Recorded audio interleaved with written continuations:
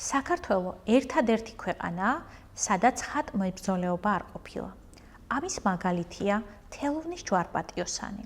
თელოვნის ჯვარპატიოსანი და მისი მოხატულობა ადრეული შუა საუკუნეების, ეგრეთ წოდებული გარდამავალი ხანის საეტაპო ძეგლია.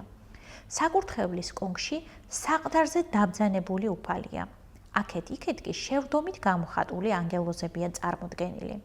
მეორე რეგისტრად სარკმლის აქეთ-იქით 6-6 მოციქულია წარმოდგენილი. მათ შორის სარკმლის თავზე მაცხოვრის სახით ჩაწერილი მედალიონია. მედალიონის ზემოთ მარჯვნივ იკითხება წარწერა წმიდა პირი ღვთისა.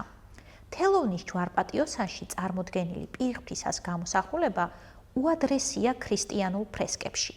ამგვარი პროგრამის უძველეს მაგალითად სამეცნიერო ლიტერატურაში ლატმოსის პანტოკრატორის გამოქვაბული ეკლესიის საკურთხევლის მხატვრობა მიიჩნეოდა.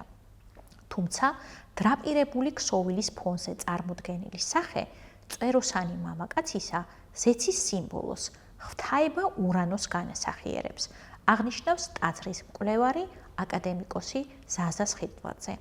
მაშინ როცა მერვე საუკუნეში ქრისტიანულ სამყაროში ქრისტეს გამოსახულებას ებრძოდნენ, საქართველოში გამოსახავდნენ პირი ღვთისას, ქრისტეს ხატის უტყუარ მტკიცებულებას. თუ გინდა გაიგო მეტი მსოფლიო ხელოვნების შესახებ, შემოუერთდი ჩემს კურსს მსოფლიო ხელოვნება. მოდი ფასკუნჯში, გურამ მეგრელიშვილის წერის საავტორო სკოლაში.